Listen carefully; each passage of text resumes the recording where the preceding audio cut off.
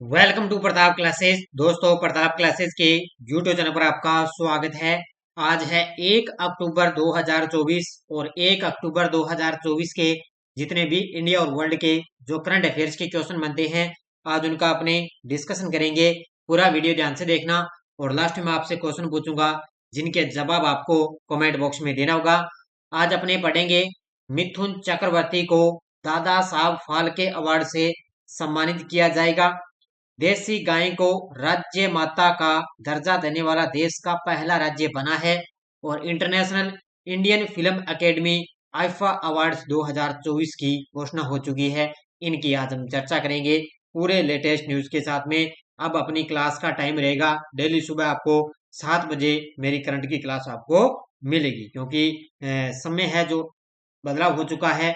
समय मौसम जो है बदलाव हो चुका है, तो उसके अंदर तो इसलिए आपको डेली आपको सुबह मेरी 7 बजे मात्र 15 मिनट की ये लाइव क्लास आपको कंटिन्यू मिलती रहेगी। तो सभी साथी एक बार सेशन को लाइक शेयर करेंगे। और आज 9 बजे, आज सुबह अभी आपको 9 बजे जस्ट आज सुबह पूरे सितंबर महीने का निचोड़ आपको मिलने वाला है। पूरे सितंबर महीने की क्लास आपको लाइव क्लास आपको मिलने वाली है। तो 9 बजे तैयार है ना, लाइव क्लास आपको मिलेगी जिसके अंदर पूरा सितंबर महीना कंप्लीट हो जाएगा। तो सबसे पहले हम कल के क्वेश्चनों को रिवाइज करेंगे। वैश्विक नवाचार सूचकांक 2024 में भारत को कौन सा स्थान मिला? 39वां। अमेरिकन एस्ट्रोनॉमिकल सोसाइटी के रिसर्च नोट्स में सबसे पहले किस मिनी मून को देखा गया? PT5 को। पीएम मोदी ने वैज्ञानिक अनुसंधान को बढ़ावा देने के लिए परम रुद्र सुपर कंप्यूटर कहाँ लॉन्च किया? तो पुणे, दिल्ली और कोलकाता में। किस मंत्रालय ने विश्व पर्यटन दिवस के अवसर पर पर्यटन मित्र और दीदी पहल की शुरुआत की? तो ये की है पर्यटन मंत्रालय ने। भारत विशिष्ट फैशन ट्रेंड बुक परिधि 24x25 विजियो NXT का शुभारंभ। वेब पोर्टल और AI टेक्सोनॉमी ई बुक किसने लॉन्च की? गिरिराज सिंह ने। किसने एशियाई सर्वोच्च लेखा परीक्षा संस्थानों के संगठन की अध्यक्षता संभाली? गिरीश चंद्र मुर्मू ने। और कहा 20,942 फीट ऊंची एक चोटी का नाम दलाई लामा के नाम पर रखा गया? तो ये रखा गया अरुणाचल प्रदेश के अंदर। इसके अलावा दक्षिण पूर्व एशिया के किस देश में समलैंगिक विवाह को कानूनी दर्जा मिला? थाईलैंड में। और देश वैश्विक भ्रष्टाचार विरोधी गठबंधन के नेतृत्व में शामिल हुआ? तो वो है अपना देश से भारत। ये थे कल के क्वेश्चनों का रिवाइज। टेस्ट आपको मिल गया और जो संडे के दिन आपको वीकली क्लास मिली थी उसका टेस्ट भी आप आज आपको ऐप के अंदर मिल चुका है, यानी कि कल आपको मिल चुका है बढ़िया तरीके से। तो टेस्ट सीरीज वगैरह आप ज्वाइन कर लेना और 9 बजे आप तैयार रहना। पूरे सितंबर महीने की क्लास आपको मिलने जा रही है। तो स्टार्ट करें आज की 1 अक्टूबर 2024 की करंट अफेयर्स की क्लास। और पहला ही प्रश्न बड़ा गजब का है और आने वाले RS एग्जाम के अंदर ये पक्का ही टपकेगा। तो देखो, हाल ही में मिथुन चक्रवर्ती को दादा साहब फाल्के अवार्ड से सम्मानित किया जाएगा। इसके अंदर सत्य कथन बताइए। तो मिथुन चक्रवर्ती को मिलने जा रहा है दादा साहब फाल्के अवार्ड, तो इनको सम्मानित किया जाएगा। इन निम्न में से सत्य कथन बताइए। तो ये तस्वीर में आप देख सकते हो मिथुन चक्रवर्ती को, तो आप जानते हो अच्छे तरीके से, आपने इनकी फिल्में भी देखी होगी, मूवी देखी होगी। मिथुन चक्रवर्ती की बहुत सारी पुरानी जो मूवी है। तो देखो, 54वां दादा साहब फाल्के अवार्ड दिया जाएगा, बिल्कुल सही है। अब की बार 54वां दादा साहब फाल्के अवार्ड मिलेगा मिथुन चक्रवर्ती को। जनवरी 2024 में पद्मश्री से सम्मानित किया गया, बिल्कुल सही है। और मिथुन चक्रवर्ती का असली नाम गौरांग चक्रवर्ती है, ये भी सही है। तो बिल्कुल है, सारे के सारे कथन सही है, इसका उत्तर हो जाएगा प्रयुक्त है सभी। तो 54वां दादा साहब फाल्के अवार्ड मिलेगा मिथुन चक्रवर्ती को। इसके अलावा जनवरी 2024 में पद्मश्री से सम्मानित किया गया और इनका असली नाम क्या है? गौरांग चक्रवर्ती। देखो, इस साल 54वां दादा साहब फाल्के अवार्ड मिथुन चक्रवर्ती को दिया जाएगा, तो ये मिलेगा 8 अक्टूबर को दिया जाएगा। भी केंद्रीय मंत्री अश्विनी वैष्णव ने सोमवार यानी कि 30 सितंबर को इसकी घोषणा कर दी। मिथुन चक्रवर्ती को 8 अक्टूबर को 17वीं नेशनल फिल्म अवार्ड सेरेमनी में सम्मानित किया जाएगा। तो 8 अक्टूबर के दिन 17वीं नेशनल फिल्म अवार्ड सेरेमनी के अंदर सम्मानित किया जाएगा। मिथुन करीब 5 दशक के करियर में बांग्ला, हिंदी, तमिल, तेलुगु, कन्नड़, उड़िया और भोजपुरी की 350 से ज्यादा फिल्मों में काम कर चुके हैं। मिथुन ने अपना पहला अपना फिल्मी करियर 1976 में मृगया से शुरू किया था और पहली ही फिल्म में नेशनल अवार्ड जीता था। अब जितने भी मिथुन चक्रवर्ती से रिलेटेड जो पॉइंट बन रहे ना, उनको अच्छे तरीके से पढ़ लेना भाई, कहीं से भी एग्जामिनर उठा सकता है। तो इसके अलावा इतनी चीज याद रखना। अब देखो आगे, और 1982 में आई डिस्को डांसर से उन्हें पहचान मिली। वे अब तक 350 से ज्यादा फिल्मों में काम कर चुके हैं। 3 बार नेशनल अवार्ड इनको मिल चुका है और जनवरी 2024 में पद्म श्री से भी इनको सम्मानित किया गया। 16 जून 1950 को मिथुन चक्रवर्ती का जन्म कोलकाता में हुआ था और उनका असली नाम गौरांग चक्रवर्ती है। तो 1950 के दिन 16 जून को मिथुन चक्रवर्ती का जन्म हुआ था कोलकाता के अंदर और जनवरी 2024 में इनको पद्म श्री से सम्मानित किया गया। इसके अलावा मिथुन चक्रवर्ती की साल 1989 में 19 फिल्में रिलीज हुई थी, जिनमें वो बतौर लीड एक्टर नजर आए थे। उनका ये रिकॉर्ड नाम लिम्का बुक ऑफ रिकॉर्ड में दर्ज भी शामिल हुआ था। ये पॉइंट भी आपको याद रखना है। और इसके अलावा जो दादा साहब फाल्के अवार्ड है उसके वो पुरस्कार है, ये पहली बार 1969 के अंदर दिया गया था। देविका रानी को इसको दिया गया, ये पहली प्राप्तकर्ता थी देविका रानी, जिनको पहला ये अवार्ड दिया गया। साल 2023 में वेटरन एक्ट्रेस की दी वहीदा रहमान को दादा साहब फाल्के अवार्ड से सम्मानित किया गया और ये अवार्ड पाने वाली 8वीं महिला बनी थी। यानी कि 54वां मिल गया मिथुन चक्रवर्ती को मिलेगा, 53वां मिला था वहीदा रहमान को 53वां, और 52वां मिला था आशा पारेख को। ध्यान रखना 52वां आशा पारेख को। 51वां मिला था रजनीकांत को, 50वां मिला था अमिताभ बच्चन को और 49वां मिला था विनोद खन्ना को। तो ये पॉइंट आपको याद रखने अच्छी तरीके से, ठीक है। तो अब की बार 54वां किसको मिलेगा? मिथुन चक्रवर्ती को। और जितनी भी ये मैंने पॉइंट बताए हैं इनको अच्छे तरीके से याद कर लेना भी। अगला प्रश्न, international Indian film academy IIFA IIFA 2024 के बारे में सत्य कथन बताइए। तो इंटरनेशनल इंडियन फिल्म फेस्टिवल जो है आयोजन हो चुका है, तो इसका आयोजन अबू धाबी में किया गया, बिल्कुल सही है। बेस्ट फिल्म का अवार्ड एनिमल को दिया गया, बिल्कुल सही है। और बेस्ट एक्टर का अवार्ड जवान फिल्म के लिए शाहरुख खान को दिया गया। उपयुक्त सारे के सारे कथन सही है। तो इंटरनेशनल इंडियन फिल्म अकेडमी यानी कि आईफा का आयोजन हुआ था अबू धाबी में। बेस्ट फिल्म का अवार्ड एनिमल को और बेस्ट एक्टर का अवार्ड जवान फिल्म के लिए शाहरुख खान को दिया गया। तो international Indian film academy 2024 awards का दूसरा दिन अबू धाबी में शुरू हुआ। इस शहर को बॉलीवुड ग्लैमर के चकाचौंध भरे हुए केंद्र में बदल दिया गया।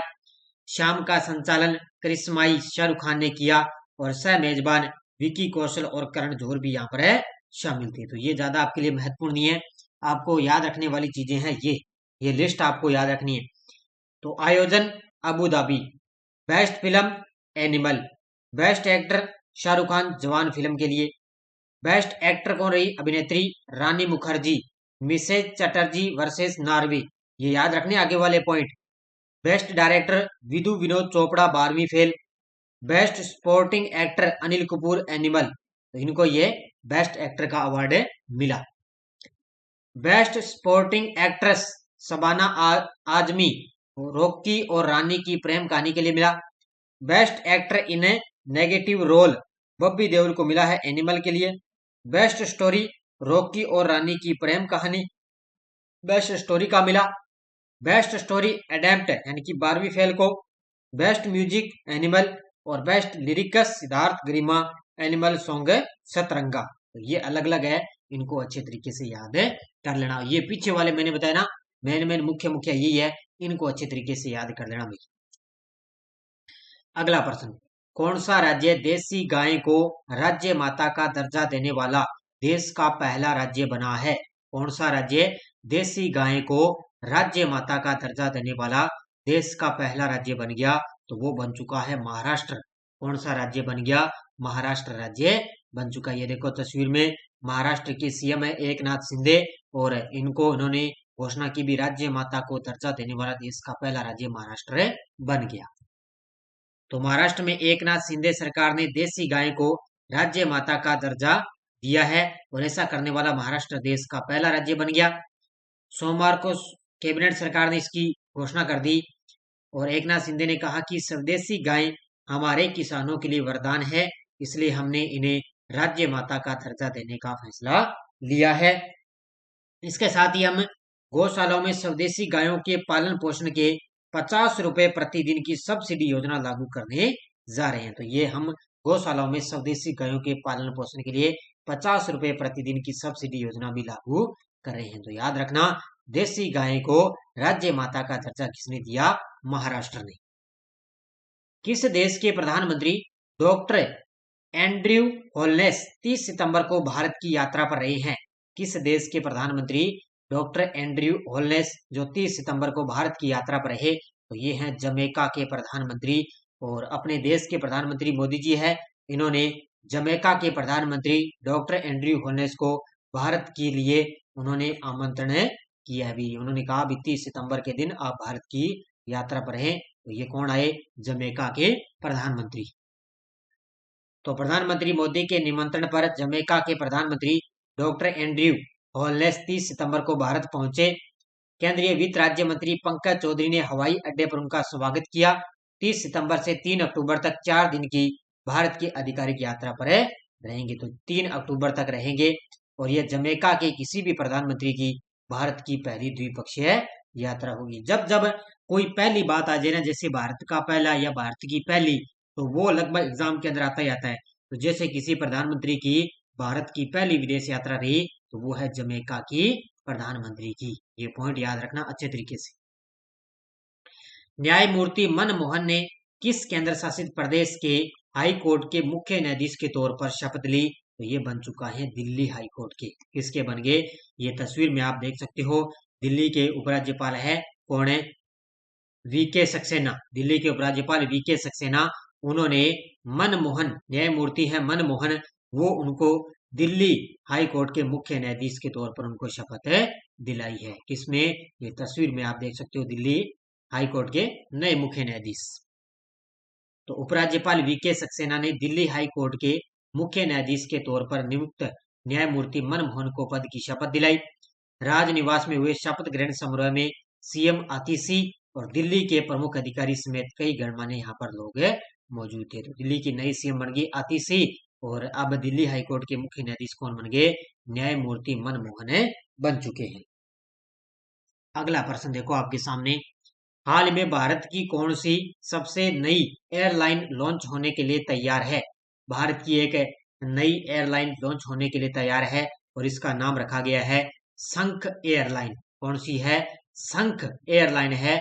ये भारत की सबसे नई एयरलाइन लॉन्च होने के लिए तैयार हो चुकी है और इसका नाम आपको याद रखना है शंख एयरलाइन, इसका नाम रखा गया। तो भारत की नवीनतम एयरलाइन शंख एयर नागरिक उड्डयन मंत्रालय से स्वीकृति मिलने के बाद 2024 के अंत तक अपनी शुरुआत करने के लिए तैयार है। यह उत्तर प्रदेश के लिए एक महत्वपूर्ण विकास है, क्योंकि शंख एयर का लक्ष्य है कि लखनऊ और आगामी नोएडा अंतर्राष्ट्रीय हवाई अड्डे में हब स्थापित करके राज्य की पहली अनुसूचित एयरलाइन बनना इसका मुख्य लक्ष्य है। यानी कि उत्तर प्रदेश में यही मेन मकसद है कि उत्तर प्रदेश में लखनऊ और आगामी जो नोएडा अंतर्राष्ट्रीय हवाई अड्डा वहां पर हब स्थापित करके अनुसूचित एयरलाइन बनना इसका मुख्य उद्देश्य। तो 2024 के अंत तक इसकी शुरुआत हो जाएगी। हाल में वर्ल्ड रेबीज डे कब बनाया गया है? तो वर्ल्ड रेबीज डे, तो हाल में वर्ल्ड रेबीज डे कब बनाया गया? तो ये बनाया गया, ध्यान रखना, 28 सितंबर को। Option number C. कब बनाया गया? 28 सितंबर को। तो 28 सितंबर को लोगों को अवेयर करने के लिए वर्ल्ड रेबीज डे बनाया जाता है। Global alliance for rabies control द्वारा स्थापित और विश्व स्वास्थ्य संगठन द्वारा मान्यता प्राप्त इस दिन का उद्देश्य है कि रेबीज से निपटने के प्रयासों को बढ़ावा देना और रोकथाम के महत्व को उजागर इसका करना मुख्य उद्देश्य है। मेन मुख्य आपको इसकी थीम याद रखनी है कि साल 2024 के विश्व रेबीज दिवस की थीम रही है ब्रेकिंग रेबीज बाउंड्रीज, या रेबीज की सीमाओं को तोड़ना। ध्यान रखना, भी इंग्लिश में भी पूछ सकता है, हिंदी में पूछ सकता है। तो ब्रेकिंग रेबीज बाउंड्रीज ये तो है इंग्लिश में, और रेबीज की सीमाओं को तोड़ना ये हिंदी के अंदर इसकी थीम है रही है। तो इसको अच्छे तरीके से इसकी थीम आपको याद रखनी है। ये टेलीग्राम ग्रुप है, कोई सूचना, कोई लिंक आता है, कोई नोटिफिकेशन, सब आपको टेलीग्राम की सूचना मिल जाती है। और सीएटी के अंदर ना, सीएटी के अंदर जो करंट अफेयर्स के प्रश्न आए थे, कल मैंने लाइव क्लास आपको दे दी पूरे प्रूफ के साथ में। कि कौन सा क्वेश्चन कहाँ से आया है। तो पूरी डिटेल के मैंने साथ में आपको क्वेश्चन करवा दिया। और 12वीं लेवल सीईटी के अंदर अपने 2023 का करंट पढ़ेंगे और वहीं से करंट आने की संभावना है, ध्यान रखना। पिछले वीडियो क्वेश्चन क्या था, 32वें एकलव्य पुरस्कार 2024 के लिए किसको चुना गया। तो ये चुना गया प्रत्याशा रे को। बहुत सारे विद्यार्थियों ने बड़े शानदार तरीके से जवाब दिए, उन सभी को हार्दिक शुभकामनाएं। अब देखो question for you, Asia power index 2024 के अंदर भारत को कौन सा स्थान मिला। पहला, दूसरा, तीसरा, चौथा। इसके अंदर पहला भी बताओगे, दूसरा भी बताओगे, तीसरा, चौथा, चारों स्थान मुझे बताओगे कमेंट बॉक्स के अंदर। मैं सभी के जवाब देखूंगा कि किसने कौन सा आंसर है सही दिया है। तो ये थी आज की अपनी करंट अफेयर्स की क्लास। तो ये अपनी सीईटी वगैरह है, आरएस की अपनी टेस्टरी चल रही है। पशु परिचय के लिए स्पेशल भारत राजस्थान के लिए ऑनलाइन करंट चल रहा है, मात्र 50 रुपए के अंदर आप ले सकते हो बढ़िया तरीके से। और शाम को 5 बजे है ना, जो अपना दूसरा चैनल है नानक क्लासेस शिव सर, शाम को 5 बजे मैं वहां पर रिवीजन क्लास लेकर आता हूँ। इंडिया, वर्ल्ड और राजस्थान तीनों का रिवीजन क्लास में लेकर आता हूँ शाम को 5 बजे। टेलीग्राम पे लिंक मिल जाता है आपको, वहां पर लिंक से आप अध्ययन कर सकते हो, क्योंकि रिवीजन आपका वहां पर हो जाएगा। राष्ट्रीय, अंतर्राष्ट्रीय और राजस्थान तीनों का रिवीजन मैं लेकर आता हूँ। तो ये थी आज की अपनी करंट अफेयर्स की क्लास बढ़िया तरीके से। तो सभी साथी एक बार वीडियो को ज्यादा लाइक शेयर करेंगे। धन्यवाद। जय हिंद, जय भारत।